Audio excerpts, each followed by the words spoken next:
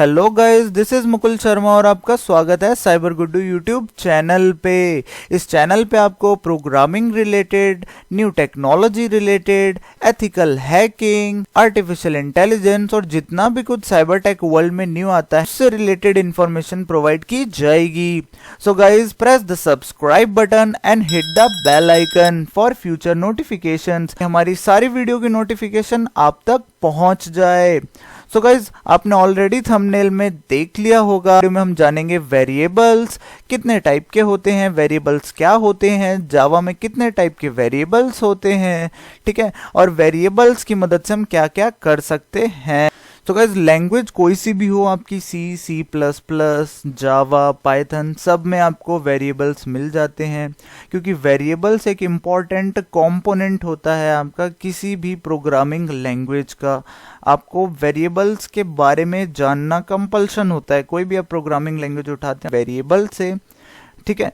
तो हम सबसे पहले समझते हैं इस टर्म को, वेरिएबल क्या होता है। गाइज, वेरिएबल का मतलब अगर मैं सिंपल लैंग्वेज में बोलूं तो वेरिएबल मतलब जो चेंज होती है, चेंज होने वाली चीज आपकी वेरिएबल होती है। चाहे आपका जो जेब में पड़े हुए पैसे जो होते हैं चेंज होते रहते हैं तो हम उनको वेरिएबल बोल सकते हैं, ठीक है। तो हर वो चीज जो आपकी चेंज होती है उसको हम वेरिएबल बोलते हैं। तो अब वेरिएबल्स का यूज जावा में क्या क्या सीन होता है सब कुछ हम अच्छे से समझेंगे। तो चलते हैं, अब हम समझते हैं कि वेरिएबल्स क्या होता है, ठीक है। वेरिएबल्स इन जावा, वेरिएबल्स आपके जावा के अंदर दो कैटेगरी में डिवाइड होते हैं। एक होता है ऑन द की वैल्यू है और दूसरा based on position of declaration and behaviour, ठीक है। सबसे पहले हम समझते हैं based on type of value के बारे में। तो आपके जो वेरिएबल होते हैं वो दो टाइप के होते हैं, एक होता है आपका प्रिमिटिव वेरिएबल, एक होता है रेफरेंस वेरिएबल। अगर हम सिंपल लैंग्वेज में समझें कि प्रिमिटिव और रेफरेंस वेरिएबल क्या होते हैं, तो गाइस प्रिमिटिव वेरिएबल जो होते हैं वो वेरिएबल होते हैं जिनको हम डिक्लेयर करते हैं, डायरेक्टली डिक्लेयर कर देते हैं कि हाँ ये वेरिएबल मेरा है, ये लो मैंने 10 वैल्यू डाल दी है, आप इस 10 वैल्यू के साथ कर लो, ठीक है। 5 डाल दी, 20 डाल दी और कुछ नहीं भी डाली तो भी हमने डिक्लेयर तो करा है, ठीक है। अगर हम कुछ नहीं भी करते हैं तो JVM बाय डिफॉल्ट आपको वेरिएबल की वैल्यू प्रोवाइड करता है, ठीक है। कुछ केसेस में नहीं करता, वो हम फर्दर आने वाली वीडियोस में डिस्कस करेंगे। सपोज यहाँ पे मैंने x की वैल्यू 10 कर दी, अब ये क्या बोल रहा है, जो x है, ठीक है, उसके अंदर आपका 10 है, ठीक है, और जो x है वो आपका कौन सा इंटीजर टाइप है, यानी x के अंदर 10 है और 10 जो है आपका इंटीजर टाइप वैल्यू है। तो आपने क्लियरली इसको डिक्लेयर कर दिया। तो जो आप क्लियरली डिक्लेयर करते हैं वो होता है आपका प्रिमिटिव वेरिएबल, ठीक है गाइस।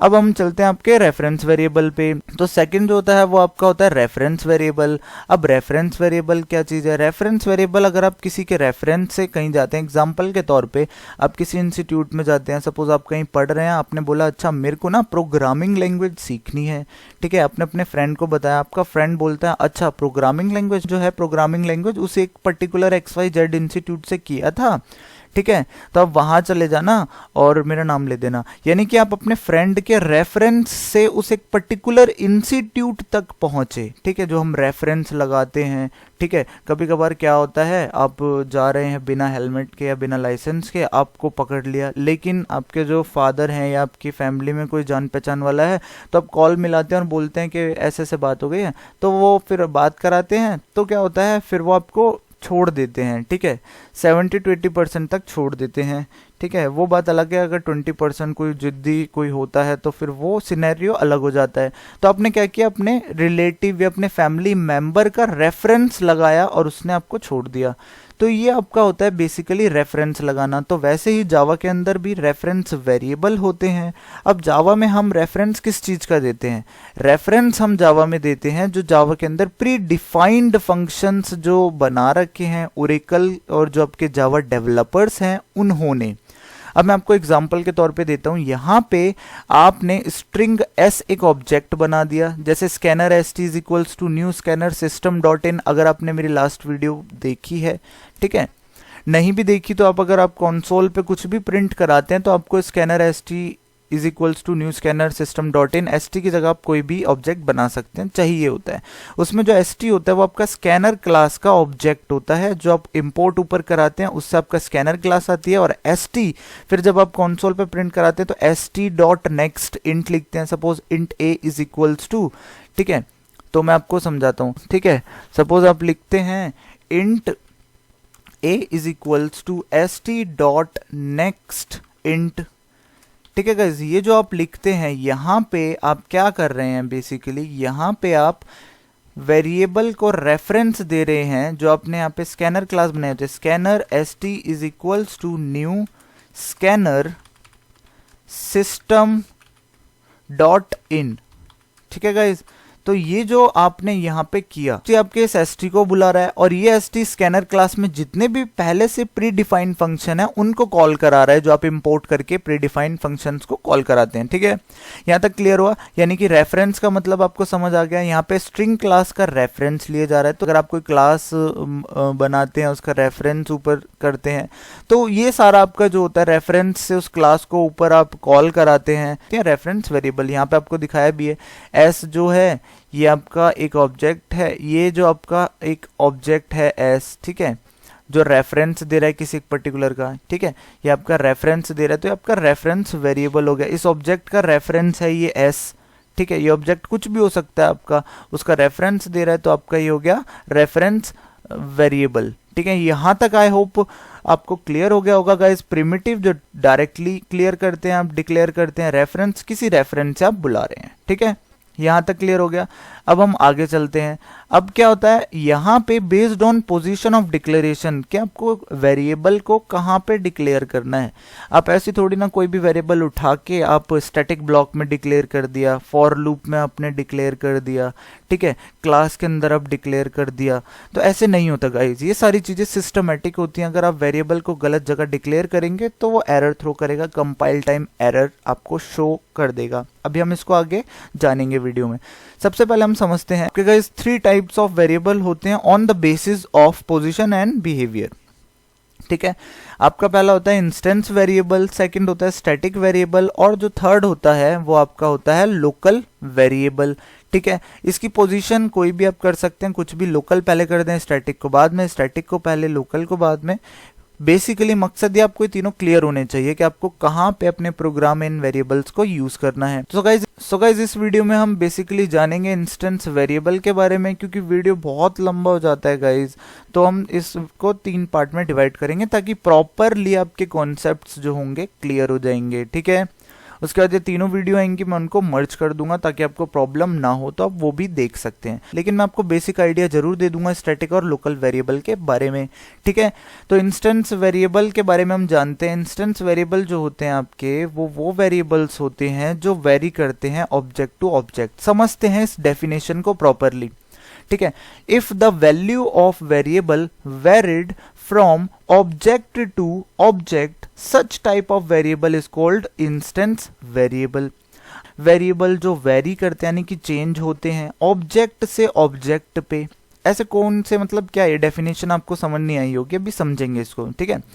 दूसरा है आपका for every object a separate copy of instance variable will be created. हर एक ऑब्जेक्ट के लिए एक इंस्टेंस वेरिएबल की एक सेपरेट कॉपी क्रिएट होती है। ऐसा क्यों होता है इसको भी हम समझते हैं। सबसे पहले हमें जानना होगा कि क्या होता है। मैं आपको बेसिकली 1 मिनट, आपको सबसे पहले अपने S1 स्टूडेंट ले लिया, S2 स्टूडेंट ले लिया, S3 ले लिया और आखिरी में हमने S7 स्टूडेंट ले लिया। अब हम समझते हैं, ठीक है। पहला जो स्टूडेंट है उसका नाम हमने रख दिया जॉन सीना, सेकंड स्टूडेंट का नाम रख दिया अंडरटेकर, थर्ड का नाम रख दिया रोमन और जो 700 स्टूडेंट है, स्टूडेंट है उसका नाम हमने जैक रख दिया, ठीक है। अब इसमें क्या है कॉमन, ठीक है, आपका जो नेम है वो आपका कॉमन हो सकता है, मे बी हो सकता है जो फर्स्ट का नाम है वो आपका कोई इन 700 में से किसी स्टूडेंट का सेम हो, दूसरा नाम भी, ठीक है।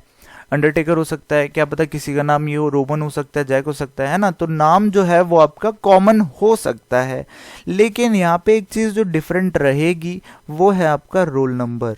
रोल नंबर जो है वो आपका डिफरेंट रहेगा। नाम भले ही सेम हो जाए लेकिन जो रोल नंबर है वो आपका डिफरेंट रहेगा।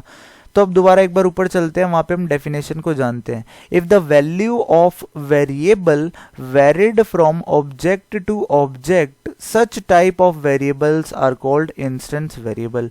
यानी कि value of object S1 object, S2 object, S3 object और 700th object. Value of object, इस ऑब्जेक्ट की वैल्यू वेरिड फ्रॉम ऑब्जेक्ट, एक ऑब्जेक्ट से दूसरे ऑब्जेक्ट तक, यानी कि पहले ऑब्जेक्ट का रोल नंबर 101 हो गया, दूसरे ऑब्जेक्ट का आपका 102 हो गया, तीसरे ऑब्जेक्ट का 103, और जो आपका 700th होगा या फिर जितने भी होंगे आपका, तो वो आपका रोल नंबर अलग होगा। यानी कि यहाँ पे जो ये रोल नंबर है ये आपका as a instance variable treat होगा, क्योंकि हर एक ऑब्जेक्ट के लिए ये जो वैल्यू है, ये जो रोल नंबर है, वो आपका क्या हो रहा है, चेंज हो रहा है। तो यही सेम डेफिनेशन हमने ऊपर पढ़ी। तो आई होप आपको डेफिनेशन क्लियर हो गई होगी। चलते हैं दूसरे पॉइंट पे। For every object a separate copy of instance variable will be created. अब मैं बताता हूँ क्या होता है। जब भी ऑब्जेक्ट क्रिएशन होता है, यहाँ पे 700 बच्चे हैं आपके पास, 700 ऑब्जेक्ट बने। जब आपके 700 ऑब्जेक्ट बने तो इन 700 ऑब्जेक्ट के 700 रोल नंबर बने। तो 700 रोल नंबर बने यानी कि 700 चीजें चेंज हो रही हैं आपकी 1 से लेकर। टाइम ऑफ ऑब्जेक्ट क्रिएशन आपका जो इंस्टेंस वेरिएबल होता है वो भी क्रिएट होता है, और जब आपका ऑब्जेक्ट डिस्ट्रॉय होता है तो इंस्टेंस वेरिएबल भी ऑटोमेटिकली डिस्ट्रॉय हो जाता है।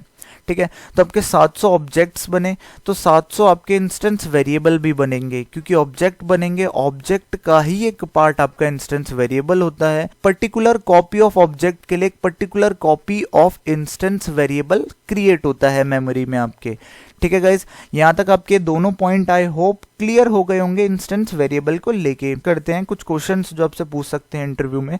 When instance variable created at the time of object creation, जब ऑब्जेक्ट क्रिएट होता है तब आपका इंस्टेंस वेरिएबल भी क्रिएट होता है। ठीक है, तो हम बोल सकते हैं स्कोप ऑफ इंस्टेंस वेरिएबल जो होता है वो डिपेंड करता है स्कोप ऑफ ऑब्जेक्ट है, यानी कि जब तक मेमोरी में ऑब्जेक्ट रहेगा आपका इंस्टेंस वेरिएबल भी रहेगा। जब वो ऑब्जेक्ट डिस्ट्रॉय हो जाएगा तो आपका इंस्टेंस वेरिएबल भी ऑटोमेटिकली डिस्ट्रॉय हो जाएगा। दूसरा क्वेश्चन आपसे पूछ सकते हैं और जो आपको डेफिनेटली पता होना चाहिए, where the instance variable will be stored. तो आपको इस सवाल के लिए जाना पड़ेगा ऑब्जेक्ट कहाँ आपका स्टोर होता है। तो ऑब्जेक्ट आपका हीप मेमोरी के अंदर स्टोर होता है, तो ऑटोमेटिकली आपका ऑब्जेक्ट हीप मेमोरी में स्टोर होता है, और ऑब्जेक्ट का ही पार्ट है आपका इंस्टेंस वेरिएबल। तो इंस्टेंस वेरिएबल भी आपका हीप मेमोरी में स्टोर होता है। ठीक है गाइस, यहां तक आपका क्लियर हो गया। अब समझते हैं इंस्टेंस वेरिएबल के और क्या क्या नाम होते हैं। आप इसको ऑब्जेक्ट लेवल वेरिएबल भी बोलते हैं, आप इसको एट्रीब्यूट वेरिएबल भी बोल सकते हैं। ठीक है, अब हम इसको थोड़ा सा प्रैक्टिकली समझते हैं। अगर आप इंस्टेंस वेरिएबल को गलत जगह डिक्लेयर कर देते हैं तो आपको एक एरर फेस करने को मिलेगा, जो होता है आपका non static variable x can not be reference from static. अगर आप स्टैटिक ब्लॉक के अंदर इंस्टेंस वेरिएबल को क्रिएट करते हैं, बना देते हैं, तो गाइज आपको ये एरर शो होगा। ठीक है, अब मैं आपको लेके चलता हूँ अपने नेटबीन्स पे और मैं आपको लाइव दिखाता हूँ। ठीक है, पे हमें एक कोड मिल चुका है, जावा का एंट्री लेवल कोड मिल चुका है। ठीक है, यहाँ पे हमें पैकेज पता लग चुका है। इस पैकेज के अंदर आपका इंस्टेंस डॉन नाम की क्लास है और ये आपको एक मेन मेथड मिल चुका है।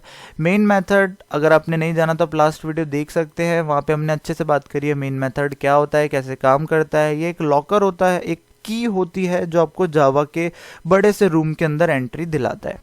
ठीक है, तो सबसे पहले जो हमें कमेंट मिला हुआ है इस कमेंट को हटा देते हैं, ये थोड़ा सा इरिटेट करता है, तो इस कमेंट को हम यहाँ से हटा देते हैं। ठीक है, उसके बाद फिर हम अपने कोड पे आते हैं =10 और मैं उसको टर्मिनेट कर देता हूँ। क्या यहाँ पे मुझे कोई एरर मिला? बिल्कुल एरर नहीं मिला, कंपाइल टाइम एरर नहीं मिला। ठीक है, कोई दिक्कत नहीं है।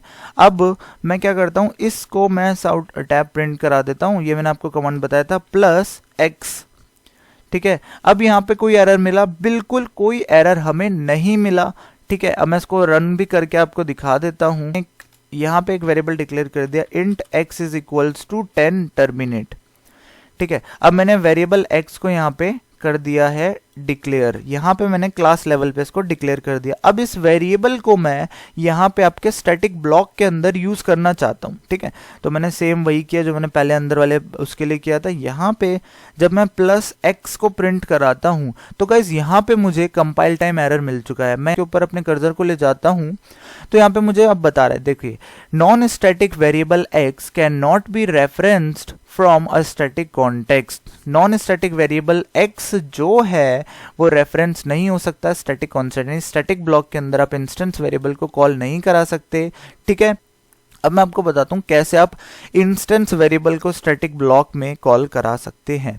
ठीक है, अब सबसे पहले दूसरी चीज, अगर मैं इसको यहाँ से हटा दूं और यहाँ पे मैं एक मेथड बना दूं, सपोज पब्लिक वॉइड, ठीक है, सपोज पब्लिक वॉइड जॉन नाम से एक मैंने मेथड बना दिया है यहाँ पे, और इस मेथड में मैं यहाँ पे प्रिंट कराता हूँ प्लस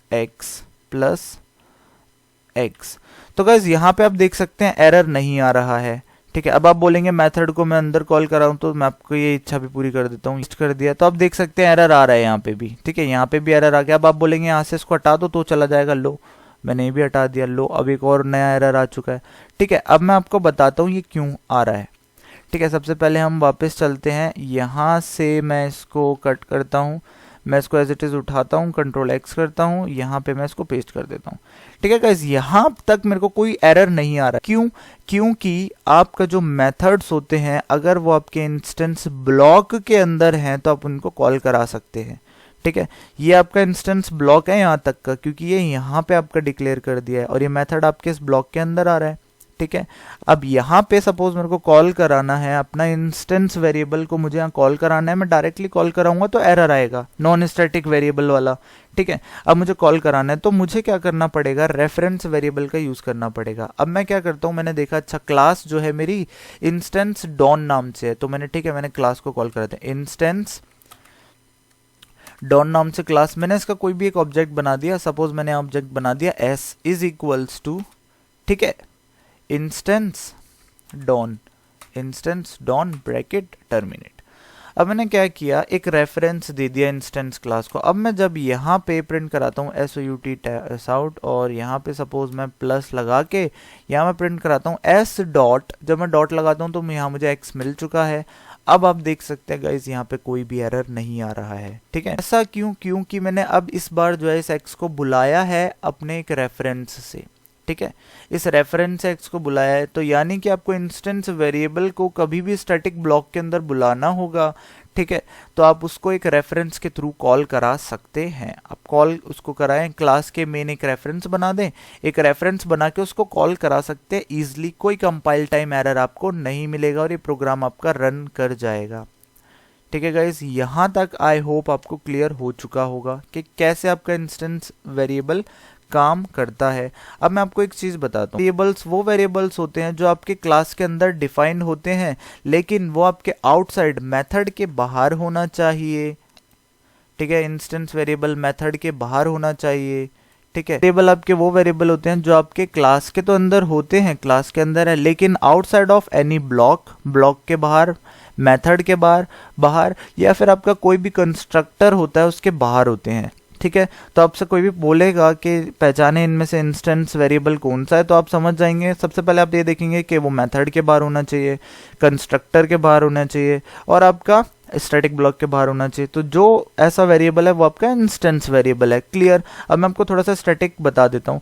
ठीक है, स्टैटिक वेरिएबल वो होते हैं, सपोज आपका यही सेम है, सेम स्टूडेंट है, इन सब स्टूडेंट की जो 700 स्टूडेंट हैं उनका कॉलेज तो सेम होगा, तो वो इंस्टेंस वेरिएबल जिनके आगे हम स्टैटिक कीवर्ड को ऐड कर देते हैं वो आपके स्टैटिक बन जाते हैं, स्टैटिक वेरिएबल बन जाते हैं। स्टैटिक मतलब जो स्टैटिक रहता है, चेंज नहीं होता। तो आपका जो 700 स्टूडेंट है उनका कॉलेज तो सेम ही रहेगा, कॉलेज थोड़ा ना चेंज होगा, रोल नंबर चेंज हो रहा है, ठीक है, नाम भी चेंज हो रहा है, मे बी सेम भी हो सकता है, लेकिन आपका जो कॉलेज है वो तो आपका सेम ही रहेगा। तो वो आपका स्टैटिक, आप स्टैटिक कीवर्ड जोड़ देंगे, स्टैटिक हो जाएगा। लोकल वेरिएबल आपके वो वेरिएबल होते हैं जैसे आप फॉर लूप के अंदर int i equals to 0, i less than equals to 10i plus plus, तो जो आप एक छोटे पर्टिकुलर ब्लॉक के अंदर ही काम करते हैं, ब्लॉक के बाहर काम नहीं करते, वो आपके लोकल वेरिएबल होते हैं। स्टैटिक आपको मैंने बता ही दिया है, बाकी हम आने वाली वीडियो में प्रॉपर वे में इनको अच्छे से इनका पोस्टमार्टम करेंगे, यानी इनके बारे में अच्छे से इन डेप्थ समझेंगे, स्टैटिक और लोकल वेरिएबल के बारे में। तो जब तक के लिए गाइस चलते हैं, मिलते हैं नेक्स्ट वीडियो में। जब तक के लिए गुड बाय और रेगुलर इंटरवल पे मेहनत करते रहना है।